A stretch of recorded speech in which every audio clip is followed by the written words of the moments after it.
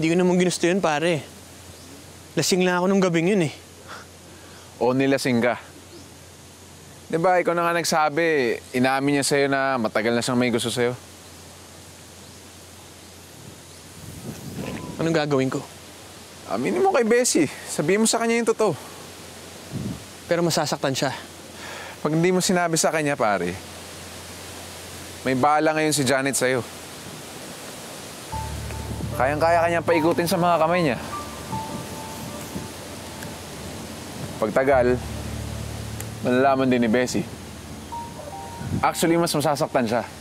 Mas maintindihan kasi ni Bessie, pare, pag sinabi mo sa kanya yung totoo eh. Na aksidente yung nangyari. Kainom ka. Na binablackmail ka lang ni Janet para manggawa niya yung gusto niya. Para matuloy yung pagkikita niyo. Diba? Na hindi mo talaga gusto, kaya mo inaamin sa kanya. Ang kailangan niyang maintindihan, kaya mo sinasabi to sa kanya, para hindi na maulit yung nangyari, di ba? Dahil ayaw mo naman talaga maulit yung nangyari.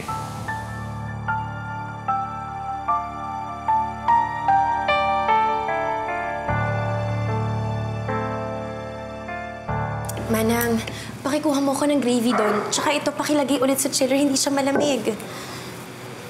Han? Karating mo lang ba? O kanina ka pa dyan? Kakarating ko lang. Ako, sakto ang dating mo. Niluto kang paborito mo. Han, may sasabihin sana ako sa'yo. Ano ba yon? Problema ba yan sa farm? Ay, naku, Han. Alam mo, makakalimutan mo lahat ng mga problema yan kapag nalaman mo itong ibabalita ko. Kakagaling ko lang kay Dr. Simon. I'm pregnant, Han. It's confirmed. What?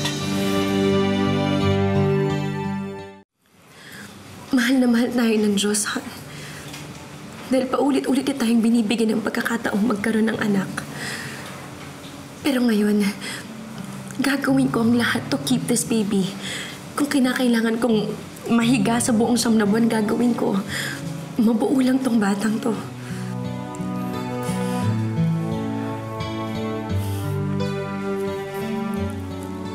Han, are you okay?